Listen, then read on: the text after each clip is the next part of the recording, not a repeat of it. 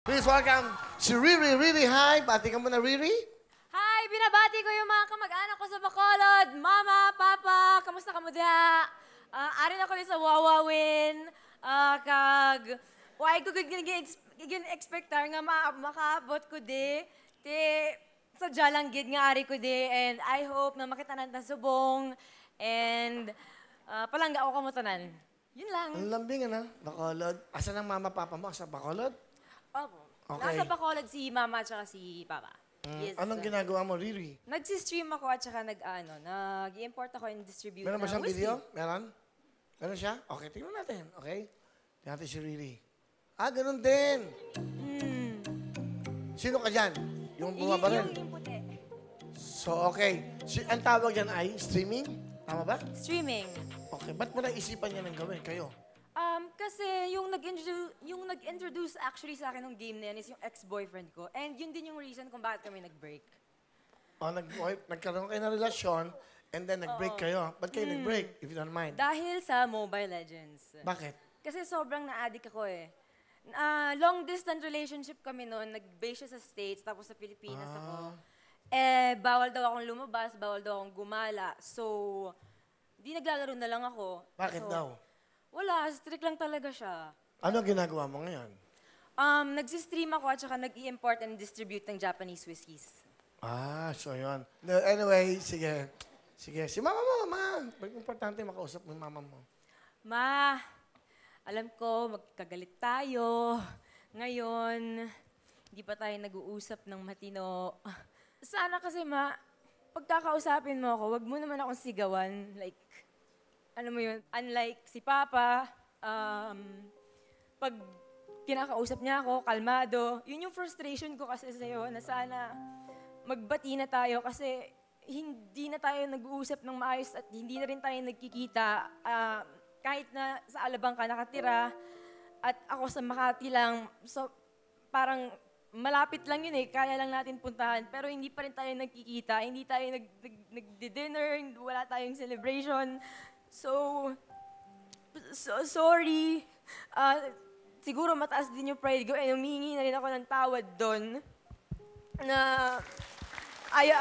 ayoko kasing magpatalo din na kasi syempre kung gusto mong respetuhin ka, 'di ba? Pero minsan syempre mama mo eh. At lalo na yung real mom ko kasi patay na. So siya yung tumayong mom ko since nung bata ako, nung pinanganak ako. Kung hindi dahil sa kanya, hindi ako magiging ganito. May ka na ng sorry sa mama mo. Di after nito, pwede mo na siyang puntahan. Dala mo na something. Siguro, napakumbaba ka na. Saka pinapanood tayo sa buong mundo. The fact na may ka ng sorry, I'm sure, mararamdaman na niya yun. You're sincere.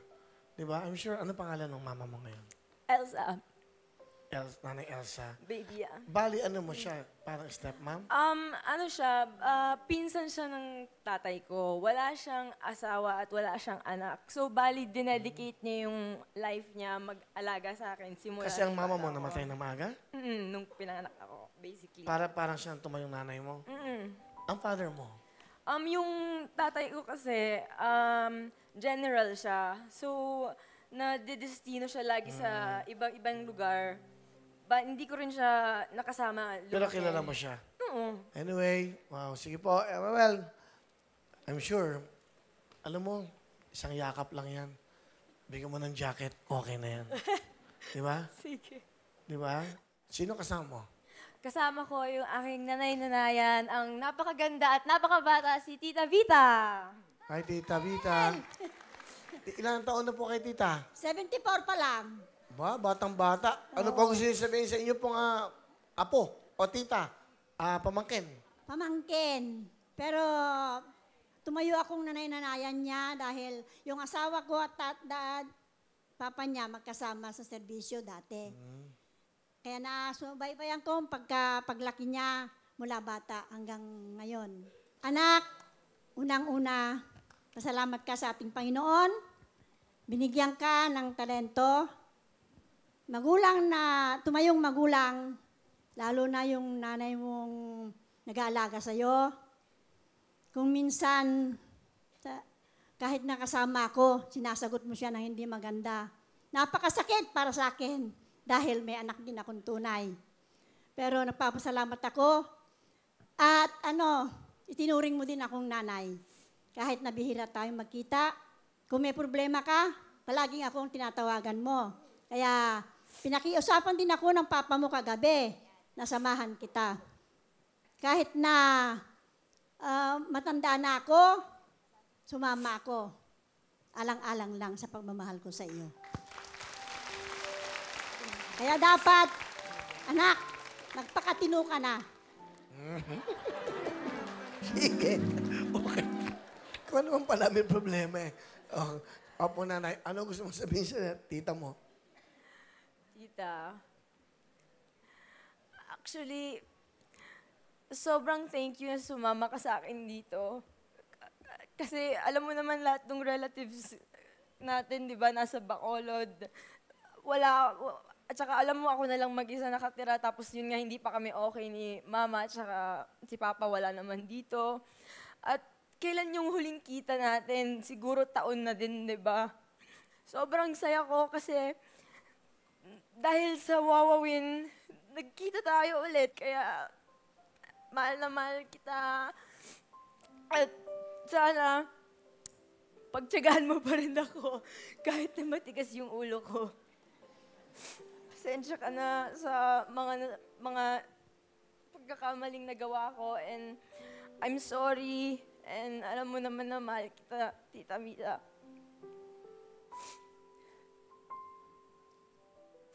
Pwede po bang kasama kayo? Ako na naman. Hindi na kami pwede niyan, ha? 74 na yan.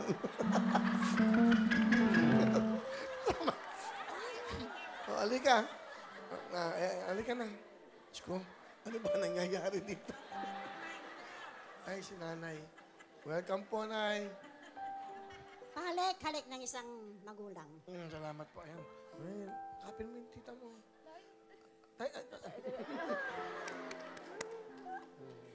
Okay. Dito kay Santa Binay. Yan. Ayan, oh. Santo ba siya? Dito po ka. Huwag mo sakalin. Gina-national ka eh. Dito ako maglambing. Ay, ano gusto niyo sabihin sa ano? Oh. Ay, naku, Ida. Alam ko, yung paglalambing mo na yan, parang hindi totoo.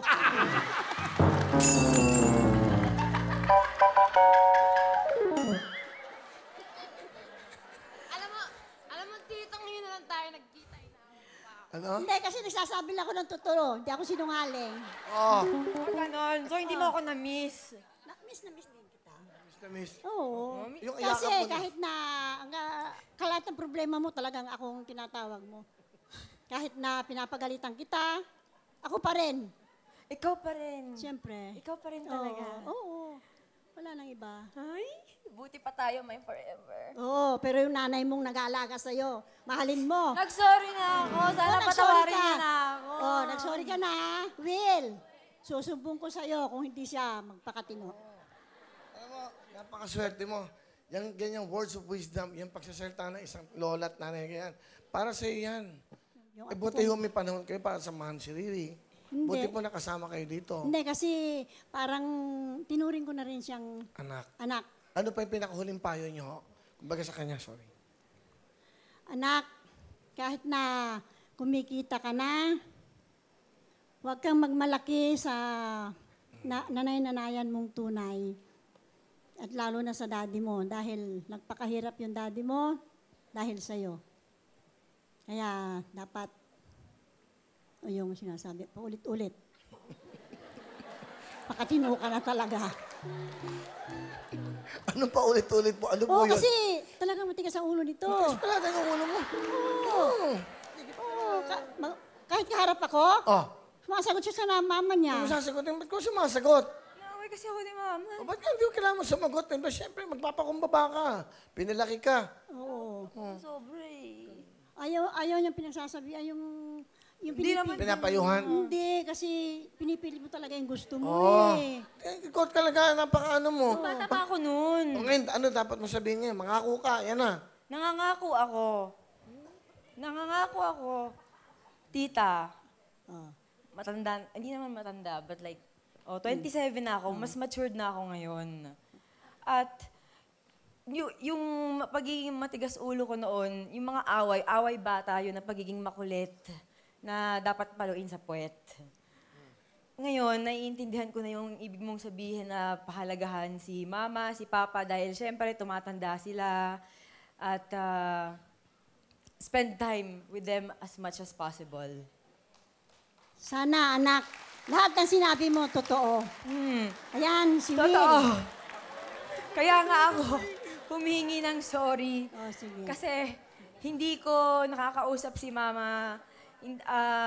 Ito yung one way na I'm sure manonood siya, kaya nag-sorry ako sa lahat para malaman niya na talagang totoong nagsusorry ako sa kanya.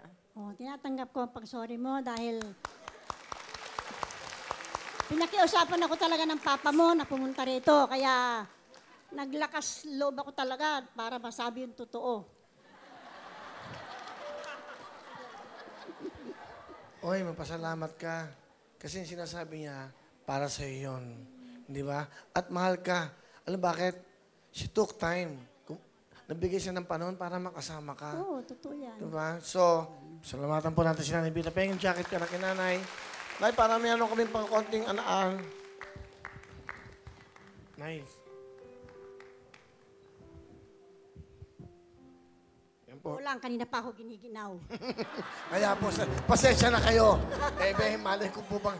Eto na. Sa edad na yan. Ano ba ang kailangan nyo? Na, Kayo ba nangangailangan pambiling something? Ano? hindi na, bigay mo lang sa iba. Ah, bakit? Diba? Kanino po? Sa mga nangangailangan. Pakabait yun naman nanay. Siyempre, sanay ako dyan. Salamat. Will, kiss ulit. Yeah. Salamat po nanay ha. Thank you po. Salamat. Okay. Pakiano. Tingin niyo sa Ano kanya. talent? Kakanta. Pakanta. Ito, pakinggan natin. Ito na. Please welcome, okay, pretty online gamer, Riri.